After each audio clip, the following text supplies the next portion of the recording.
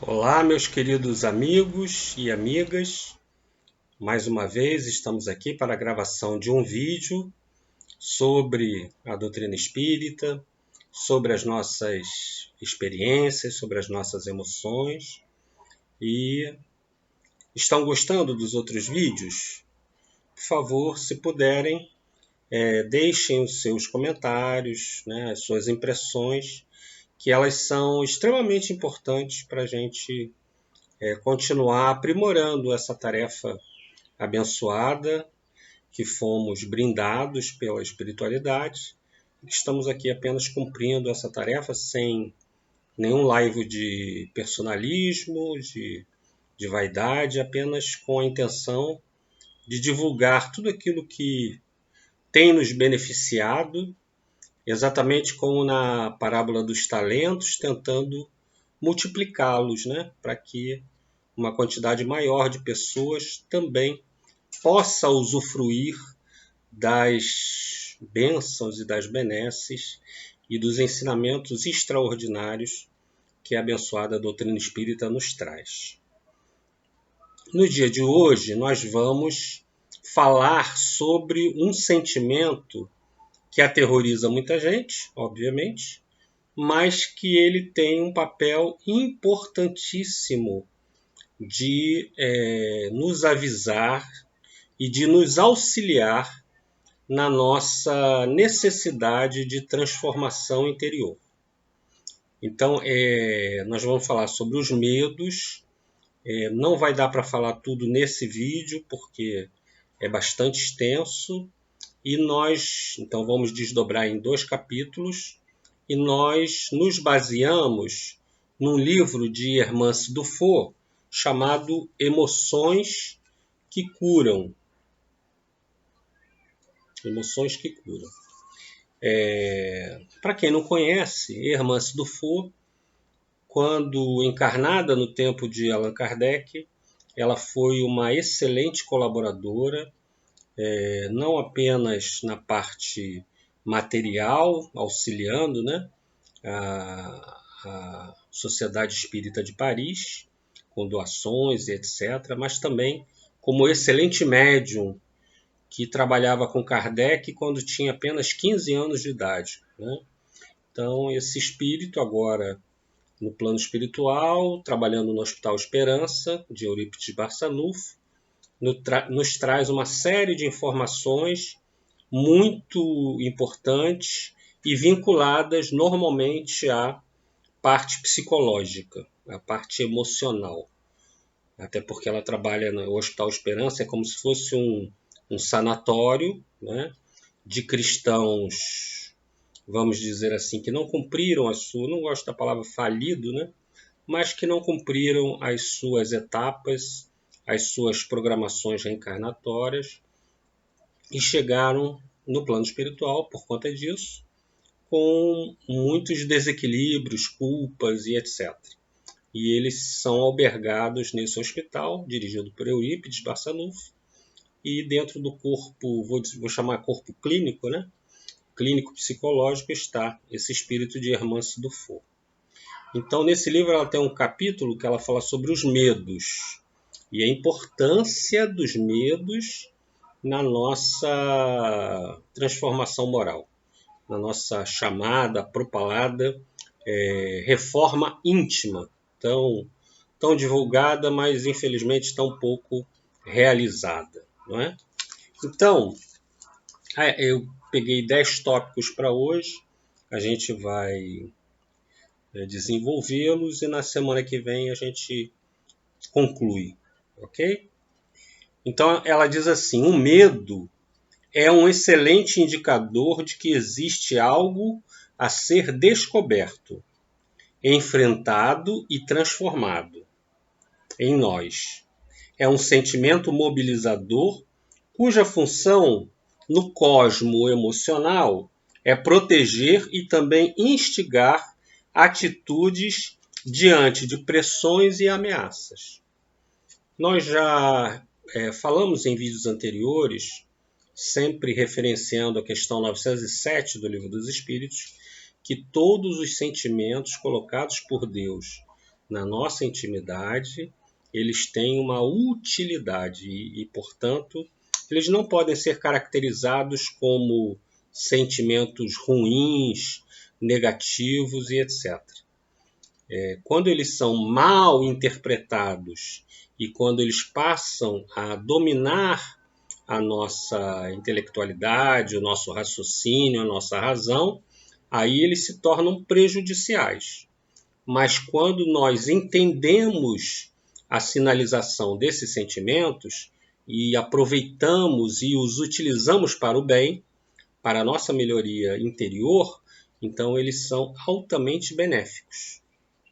Então o que é a Hermance Dufour já começa dizendo, né? Que ele é um sentimento mobilizador, que ele mobiliza quem está com medo, né? Se você entra numa rua que tem, por exemplo, você escuta um latido, tem um cachorro, né, atrás de você e você já mobiliza todos os músculos, as artérias, né, o próprio corpo físico já em vista daquele medo, ele vai mobilizar uma série de mecanismos para tentar escapar daquele perigo. Então é óbvio que o medo tem uma função educativa, não apenas para o corpo, mas também para a alma, como a gente vai ver nesse capítulo, né? É fundamental para a alma. Então ele existe para mostrar que algo precisa ser descoberto, a gente tem que buscar na intimidade, mergulhar no fundo da nossa intimidade, né? No nosso interior, para descobrir o porquê que a gente está com medo. O que precisa ser descoberto, enfrentado, né? E transformado. Ou seja, ele é um sinalizador, como se fosse um farol, mostrando para a gente que algo precisa ser modificado. Por exemplo, vou dar um exemplo para vocês. Pessoal, quando há mais de 25 anos eu fui chamado para falar em público, eu tinha muito medo, muito receio, né? E quando me chamaram eu disse que não poderia aceitar porque eu era tímido. Usei essa vamos dizer, desculpa, né? E a pessoa que me convidou tinha ido ao Chico Xavier, e o Chico tinha dado uma advertência semelhante à que ela me deu. Ela disse assim, olha, cuidado porque a timidez, a inibição podem ser frutos do orgulho. E eu fiquei assim, mas como assim o orgulho? É o orgulho de ser julgado, de não querer ser julgado e de se achar muito importante, né, a ponto de falar em público e alguém fazer qualquer crítica. E eu tomei aquilo como um momento de profunda reflexão e percebi que era verdade, né? Que a minha timidez, a minha inibição era fruto do orgulho. Desde então eu me forcei, né, a vencer aquela inibição, aquele medo, aquele pânico de falar em público, e aí vocês já me conhecem, né? Estou aqui fazendo esses vídeos, falando em público há muito mais de 25 anos, para vencer, e realmente consegui vencer. Então o medo me avisou, né? Aquela inibição era um indicador que eu tinha algo a ser modificado na intimidade, transformado. Transformei para o bem, né? Então vejam a importância dos sentimentos e como a gente tem que tomar muito cuidado quando a gente diz que o sentimento é ruim, é negativo. Não existe isso. Deus não poderia ter colocado nada ruim nem negativo dentro da gente. Ok? Segundo, sendo o medo uma reação natural e necessária, aquilo que fazemos com ele é que pode se tornar um problema, né? Como dissemos. Então, na forma como a gente deixar esse medo chegar e muitas das vezes dominar todo o nosso cosmo psicológico, e aí ele vai ser extremamente prejudicial. Então, como qualquer sentimento, tendência, paixão, vício, nós temos a obrigação de tentar, em primeiro lugar, entender e depois transformar para o bem qualquer sentimento, senão ele nos domina. Então não é o medo em si, porque ele é uma reação natural.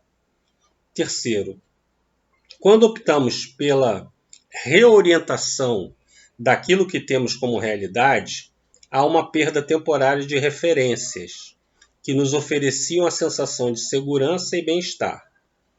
E agora, na formação de outros valores, o medo nos previne contra os mecanismos sutis da leviandade na construção de novas formas de pensar e viver.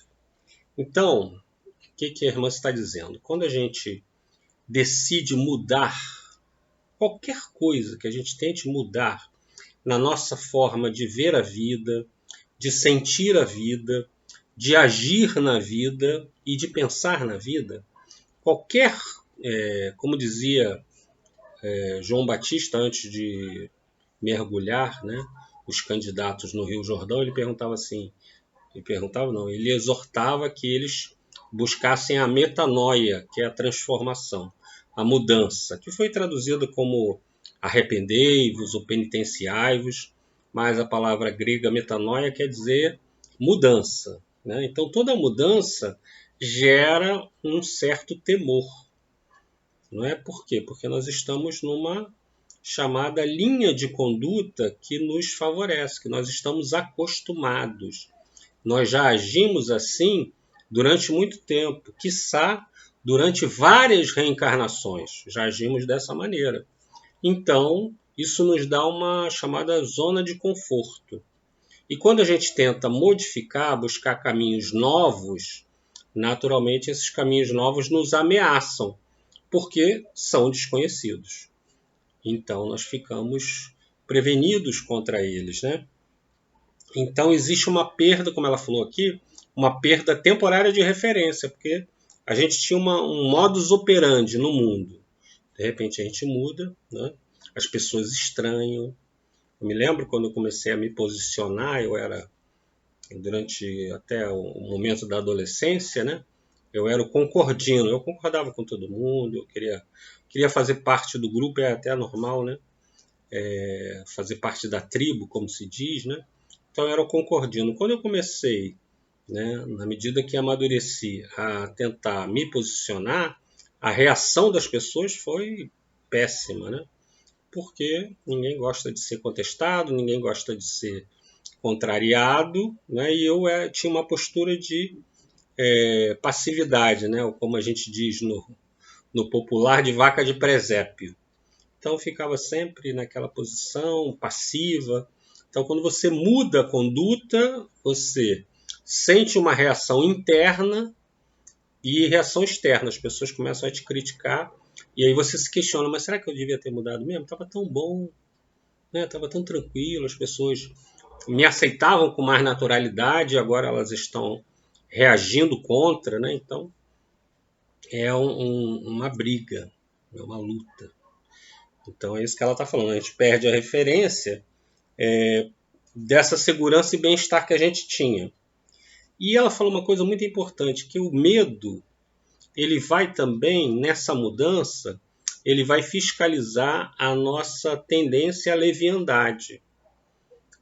Ou seja, a não sermos levianos, a não, de alguma maneira, extrapolarmos, sairmos de um polo ao outro, de um excesso, às vezes, de conservadorismo para um excesso de liberalidade, que pode tangenciar a libertinagem. Então vejam como o medo é importante, que ele vai, olha, cuidado com isso, você está exagerando, você está trilhando caminhos que podem trazer consequências graves, entenderam? Olha como é que o medo, que muita gente tem medo do medo, né? Olha como ele pode ser produtivo e pode nos auxiliar nessa caminhada de transformação, de mudança, de metanoia. As certezas que mais produzem o medo são as chamadas crises de identidade, as que criam uma percepção de valor e estima pessoal. As ideias de desvalor pessoal e não merecimento geram um estado de baixa autoestima. Então a irmã Sidufo está dizendo que dentre as condições que mais nos amedrontam são as crises de identidade, ou seja, aquilo que a gente causa como expressão para os outros, né?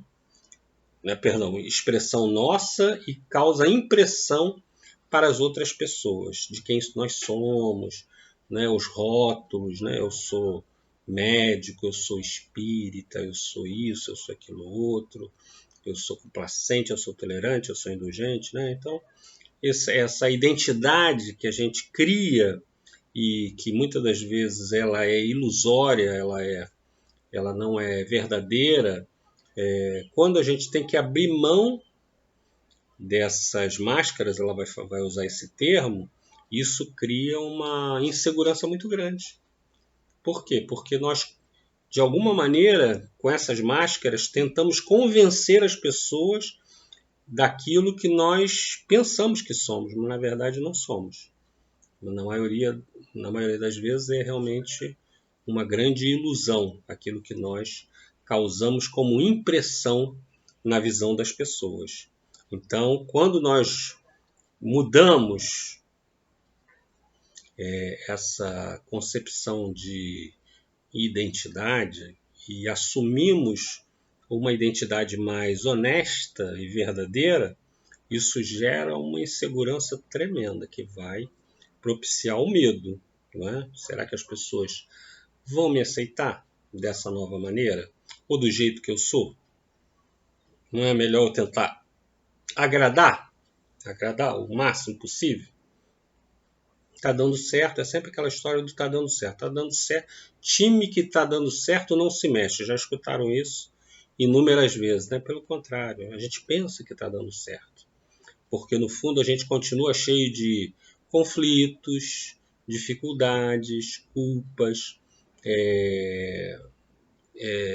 dificuldade de crescimento, de romper limites, né? Então por dentro está tudo em completa turbulência e por fora às vezes a coisa está estabilizada, as pessoas aceitam aquela forma, né, tradicional, mas irreal de nós atuarmos no mundo. Então, essa crise de identidade tem a ver com isso. É quando nós assumimos que não gostamos disso, não quero aquilo, né? Começamos de alguma maneira a nos posicionar, a contrariar determinadas expectativas alheias, mas impondo limites, né? E buscando naturalmente a nossa, sem egoísmo, mas a nossa satisfação pessoal. E aí ela fala da baixa autoestima. Isso acaba gerando uma baixa autoestima. Quando nós não assumimos essa personalidade verdadeira que é nossa. A baixa autoestima é um processo psíquico automático, reforçado no período da infância, mas na maioria dos casos dos encarnados na Terra é um diagnóstico construído ao longo dos milênios. Então vamos tentar entender isso aqui. Tá? Santo Agostinho, no capítulo 3º do Evangelho segundo o Espiritismo, diz que existe um traço comum nos habitantes do nosso planeta, chamado de provas e expiações. Né? Diferente de mundos superiores, mundos felizes, mundos de espíritos puros. Então, o nosso planeta é considerado, e até o Santo Agostinho faz uma comparação a um hospital, a uma penitenciária e a um terreno baldio, infecto. Então, vejam, a comparação é forte. Então, só vai para um hospital quem está doente, para a cadeia quem está apenado e para um lugar infecto, muitas vezes quem se sente bem naquela região. Então ele diz que existe um traço comum na característica da personalidade de quem reencarna aqui na prova e expiação, que é a rebeldia à lei de Deus. Rebeldia. Não aceitar. Não aceito a vida, não aceito a reencarnação, não aceito meu parente, não aceito meu país, não aceito meu emprego, e por aí vai. A lista é imensa do rebelde. Né? Uma característica do rebelde é se inconformar com tudo que ele tem. Então vejam que é um traço comum segundo o espírito de Santo Agostinho. Então, obviamente, que essa rebeldia vai gerando uma baixa autoestima, porque nós estamos há milênios descumprindo aquilo que está inscrito na nossa consciência como lei divina, a lei de amor, justiça, caridade, todas as outras leis divinas estão na nossa consciência, e com essa atitude rebelde nós estamos nadando contra essa correnteza. E aí, naturalmente, isso vai gerar uma baixa autoestima. Então a gente já reencarna com baixa autoestima. E até em outro livro, a irmã Dufour, Reforma Íntima Sem Martírio, ela fala da síndrome do filho pródigo.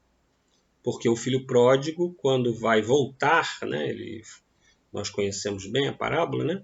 Ele sai, gasta o dinheiro todo, quando ele vai voltar, ele se arrepende, ele prepara um discurso para falar com o pai. Então ele diz assim: pai, eu pequei contra os céus e contra ti. Já não sou digno de ser chamado teu filho. Então a irmã Dufour pega essa palavra e demonstra que o espírito rebelde ele se sente indigno de continuar sendo chamado filho de Deus. Então nós já reencarnamos com esse sentimento de indignidade que vai se exteriorizar na forma de baixa autoestima. Né? E aí a gente tem que usar um monte de capa de orgulho para tentar disfarçar esse complexo de inferioridade que a gente tem. Então a gente fica se exaltando, né? Qualquer conquista que a gente tem, a gente faz questão de divulgar com todas as potências da nossa alma, né? Para tentar refrigerar essa baixa autoestima. Então ela foi talhada, como diz a Hermância aqui, ao longo de milênios, ao longo de várias reencarnações, aonde nós infringimos a lei divina. Né? Nós não cumprimos, em especial o mandamento maior, que é amar ao próximo como a si mesmo, e que Jesus também exterioriza naquela frase, né? Desejar ao outro aquilo que você deseja para si, na mesma intensidade. Né? Se a gente cumprir essa regra, nós naturalmente não estaremos com pesos na consciência, né? Porque queremos o bem para o outro, tanto quanto queremos para nós próprios. Né? O estado psíquico do desamor a si mesmo é um efeito do apego milenar ao comportamento egoísta ou rebelde, como diz Santo Agostinho.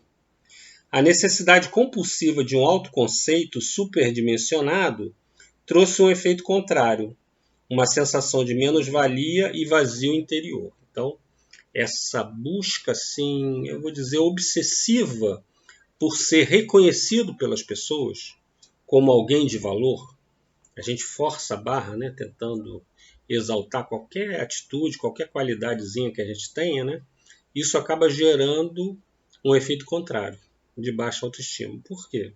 Porque isso é irreal, não é verdadeiro. Né? Nós ainda estamos, vamos dizer assim, nos primeiros passos rumo à perfeição, que é o objetivo da reencarnação. Ainda estamos nos primeiros degraus e tendo como característica comum, como disse Santo Agostinho, não a santidade, mas a rebeldia. Né? Então, tudo aquilo que a gente força em demonstrar como aquisição de grandes virtudes, na verdade é falso, é ilusório.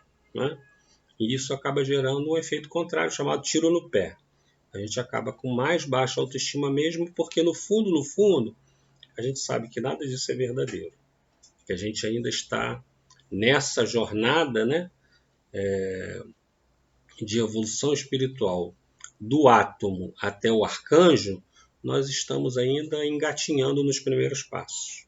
Então não temos essa condição de exteriorizar grandes virtudes.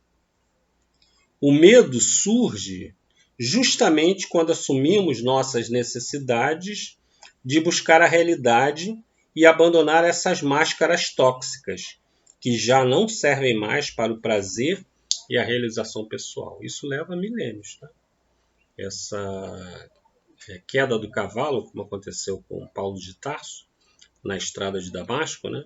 Para a gente cair desse cavalo ilusório de que nós estamos bem, que está tudo correndo bem, que nós não precisamos de nenhuma mudança, nenhuma transformação, que nós temos as respostas para a maioria das questões alheias, né? Sabemos opinar muito bem sobre a vida dos outros, mas quando a gente vai ver a nossa família, vai ver as nossas decisões pessoais, profissionais, elas estão absolutamente ainda em frangalhos, inseguros, mas para determinar a vida, o destino das pessoas, a gente é mestre, né? Então, é o que ela está dizendo aqui, leva muito tempo, né?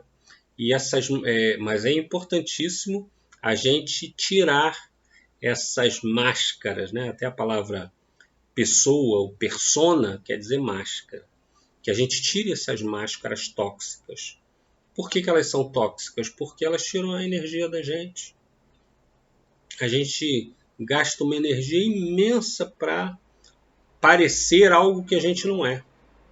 Quando a gente consegue assumir a nossa verdadeira identidade com honestidade emocional, as coisas ficam mais leves. Porque eu sou assim, não adianta. Né? Não sou nem santo, nem sou diabo. Eu estou aqui nesse meio do caminho, tentando, batalhando, brigando com as minhas más tendências, com as minhas dificuldades, com as minhas paixões, com os meus vícios. Eu estou aqui nesse caminho, então, como disse o Cristo, conhece a verdade vos libertará. Quando você conhece a sua própria realidade, você se liberta de um peso tremendo de ilusão que acalentava até então. Então, é isso, né? A recomendação terapêutica da irmã Dufour, para que nós nos desvencilhemos o quanto antes dessas máscaras sociais que a gente usa. Quando entra no centro espírita, tem gente que muda até a voz, já repararam? O tom de voz? A pessoa começa a falar manso, tranquilo, que o Senhor Jesus... Né? Saiu dali, já bota outra máscara, já, às vezes, como diz o Evangelho segundo o Espiritismo, é um tirano doméstico. Mas entra num outro ambiente e vira um santo. Né? Então, isso é extremamente desgastante e conflituoso. Né? Porque, no fundo, a pessoa acaba até tendo a crise da identidade. Quem eu sou? Ela acaba não sabendo. Né? Ela tem tantas personalidades atuantes, né? Como se fosse num palco, né? Que ela representa vários personagens ao mesmo tempo. No fundo, ela não sabe qual personagem que ela é, ou que mais se aproxima dela. Então, é um gasto energético muito grande. Desapegar-se das crenças que estruturavam um edifício de ilusões é o mesmo que navegar por um mar revolto, sem rota, farol ou direção.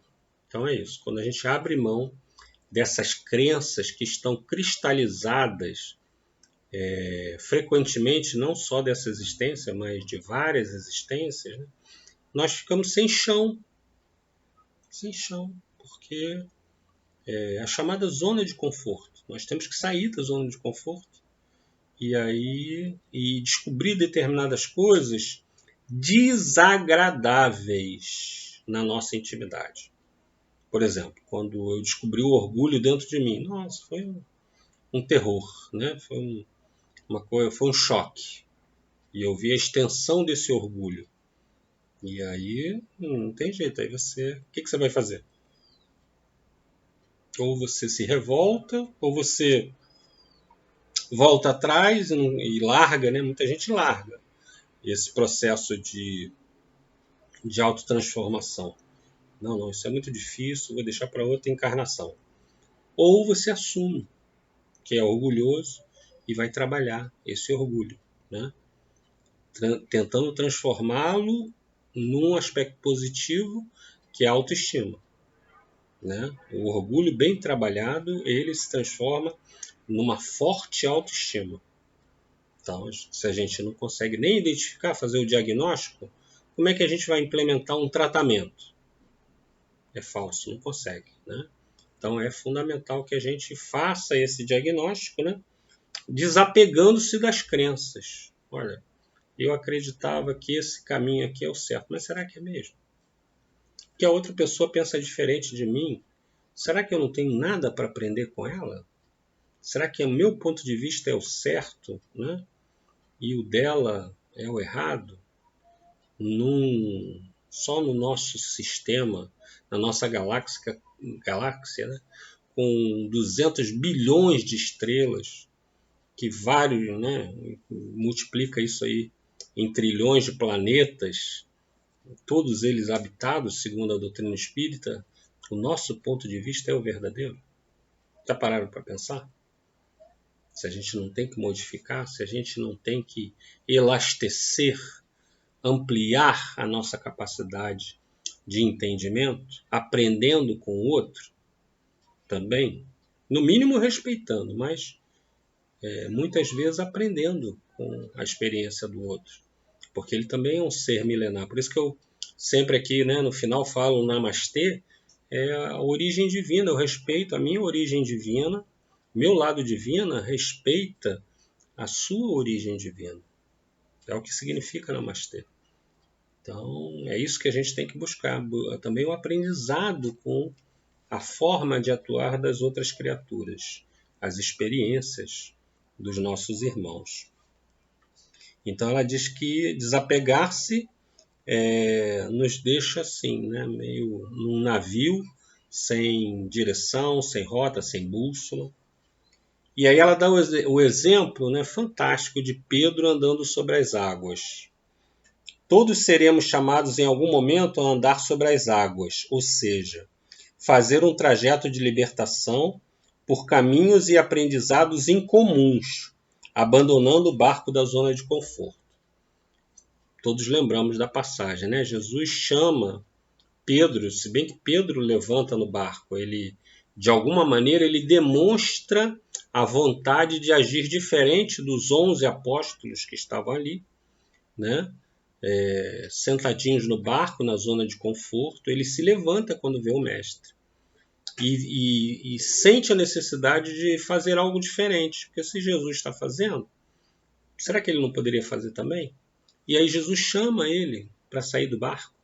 Sai do barco. Se eu posso, você também pode. E ele começa a andar sobre as águas. Olha a descrição do Evangelho. Bate um vento, ele tem medo e afunda. Por quê? Porque ele estava na zona de conforto, ele olhou para os que ficaram no barco, todos eles observando, numa expectativa do que ele estava fazendo diferente, né? Um caminho diferente que ele tinha tomado, e aí ele se sente ameaçado de alguma maneira, com medo, e ele começa a afundar. Então o simbolismo, né? O medo, quando nos domina, nos afunda, ele nos derruba. Agora, o que o medo estava mostrando para Pedro? Que ele tinha capacidade, que ele tinha esse poder, tanto que ele consegue dar alguns passos por sobre a água. Né? Se ele conseguiu, por que ele não andou até Jesus? E aí Jesus depois fala, homem de pouca fé, né? Demonstrando que faltou essa energia de autoconfiança para trilhar caminhos novos. A grande lição aqui é essa, tá? Que a gente precisa trilhar caminhos novos, sair da zona de conforto, tentar agir de uma maneira diferente. O grande Albert Einstein dizia que loucura para ele é querer resultados diferentes, fazendo sempre as mesmas coisas. Além de loucura, é irracional, porque se você faz sempre as mesmas coisas, os resultados serão sempre os mesmos. Não tem como. Então, por que você quer algo diferente se nas tuas decisões você continua tomando sempre os mesmos caminhos, as mesmas escolhas, as mesmas decisões? É necessário fazer algo diferente, sair do barco, da zona de conforto. E o medo, ele nos sinaliza isso. Ele diz para a gente, você precisa sair do barco. É isso que ele está dizendo, ele não está querendo afundar a gente. Ele está querendo dizer que nós temos capacidade, até porque somos filhos de Deus, criados à sua imagem e semelhança. Portanto, todos os potenciais divinos existem na nossa intimidade, esperando a gente acreditar neles, acreditar nesses potenciais. Então é isso. No dia de hoje, nós vamos encerrar com essa visão maravilhosa de Pedro saindo do barco. Não é? e trouxe uma música que fala exatamente sobre os sentimentos como nossos amigos.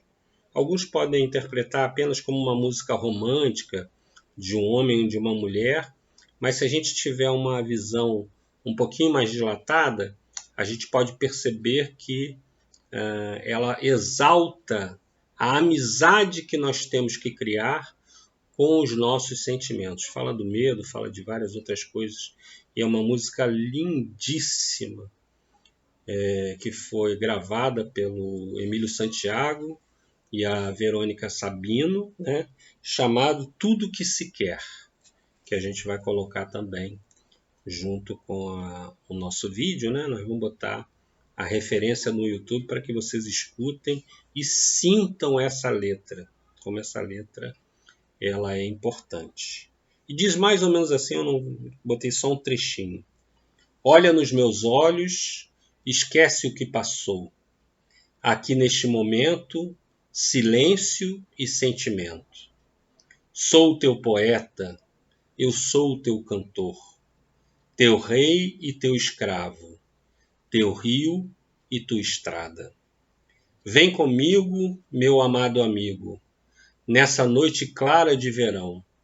Seja sempre o meu melhor presente. Seja tudo como sempre é. É tudo o que se quer. Tudo que nós devemos querer é que esses sentimentos possam nos auxiliar na jornada evolutiva rumo à perfeição. A felicidade que o Pai ansiosamente deseja de nós.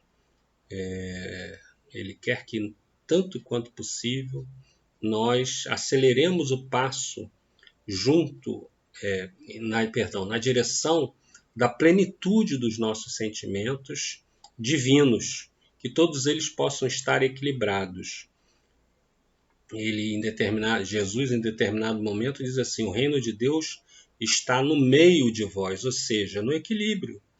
Se a gente tem um medo, mas esse medo está equilibrado, está ótimo, a gente está usando ele bem. A raiva, a mágoa, qualquer sentimento, desde que a gente consiga controlá-lo e botar uma rédea nele, ele vai nos favorecer e vai acelerar o nosso passo rumo àquilo que a gente tanto almeja, né? Todos os nossos dias nós almejamos a felicidade e ela só será possível na medida em que nós atingirmos esse caminho do meio. Tá bom, meus queridos? Então, muito obrigado, como sempre, pelo carinho de vocês, pelos comentários, pela atenção e pelo apoio que vocês estão me dando. Tá bom? Muito obrigado e até a próxima semana, se Deus quiser. Namastê para todos vocês. Graças a Deus. Obrigado.